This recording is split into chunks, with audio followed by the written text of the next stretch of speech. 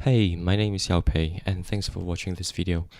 In this tutorial, I'm going to show you the 7 keyboard shortcuts I use for exposure blending in Photoshop that makes my workflow quicker and more efficient.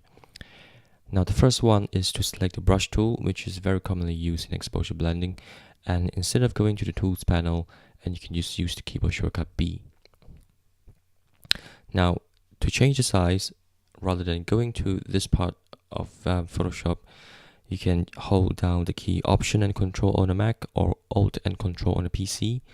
Left click the mouse and drag left and right to change the size, or up and down to change the hardness. Now the third one is the Move tool, which you can use the keyboard shortcut V. Then you can move your images if you want to align images manually. C is for Crop tool. If you click C, it will activate the crop. And if you want to make sure all corners are cropped equally in size, just hold down the Option key on a Mac or Alt key on a PC, drag in one corner and move, and the image will resize equally in all corners. Now the next one is the Zoom tool. Rather than selecting the magnifying glass here, you can just use the keyboard shortcut Z, and then left click, drag left and right to zoom in and out.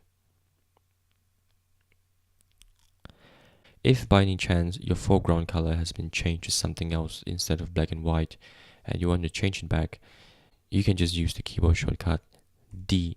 It will then switch it to the default color, which is black in the foreground and white in the background. If you want to change the background color to foreground or vice versa, you can just use the keyboard shortcut X.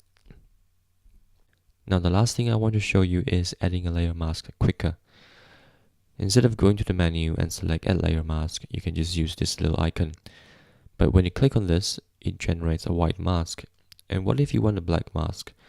You then have to hold Shift and Backspace and hit Enter to fill it with black. Now instead of doing that, you can just hold down the Option key or the Alt key on the PC and click on the Layer Mask icon. It will then generate a black layer mask automatically. Now that's all for now, and thanks for watching, and I hope you find this video useful. I shall see you around.